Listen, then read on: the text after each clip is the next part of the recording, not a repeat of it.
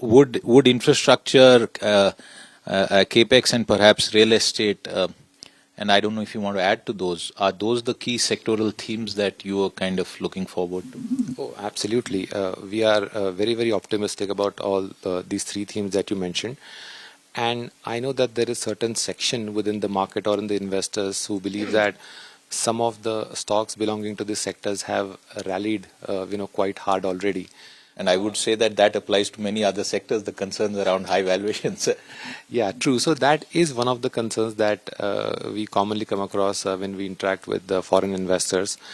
But I believe that if we are just in the beginning stage of what we kind of just mentioned as a multi-year, maybe a decade-long investment cycle, capex cycle, and it's natural for some of the stocks to trade at an elevated P multiple or other valuation multiples in the initial stage of the cycle.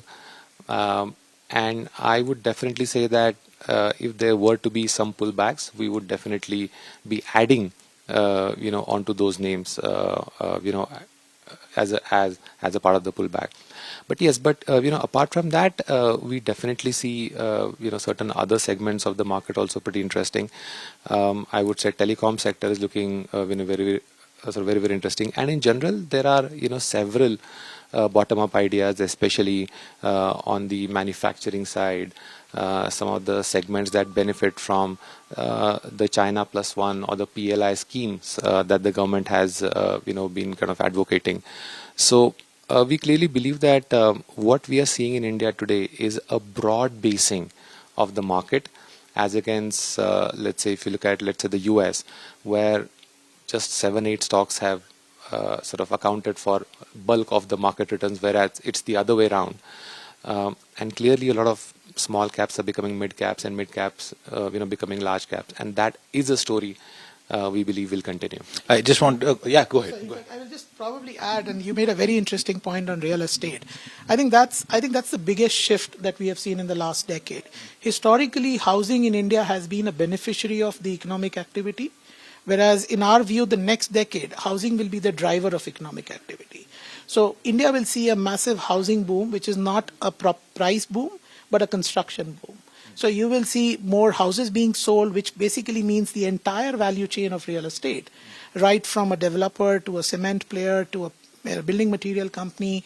I think everybody in the value chain, and that's best from a Make in India perspective, because 80-90% of housing spend is localized. Land is local, labor is local, cement is local. So in my view, it achieves multiple objectives. People get houses, economic activity multiplier is huge. And you believe that the ills of the past have sort of been done away with, the fact that RERA has come in, a cleanup in terms of bad debt has happened, and you have pretty good, impressive players who are very strong in regional markets now. Definitely, yes. I think, if you mentioned policies, RERA has been a game changer. We have seen that large developers have become stronger. The buyer is far more confident of getting his home on time. So that propels further investment. But within the real estate pie, is it going to be premium housing that will drive it, or is it going to, because affordable housing, frankly, has kind of underperformed, frankly?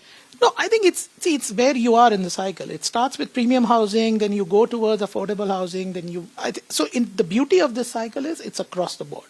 So right from an affordable home to premium homes to super premium homes, I think post-COVID, the need for house has just gone up. Everybody needs their first house or the second house or a bigger house. So that's why it is going to be a long cycle.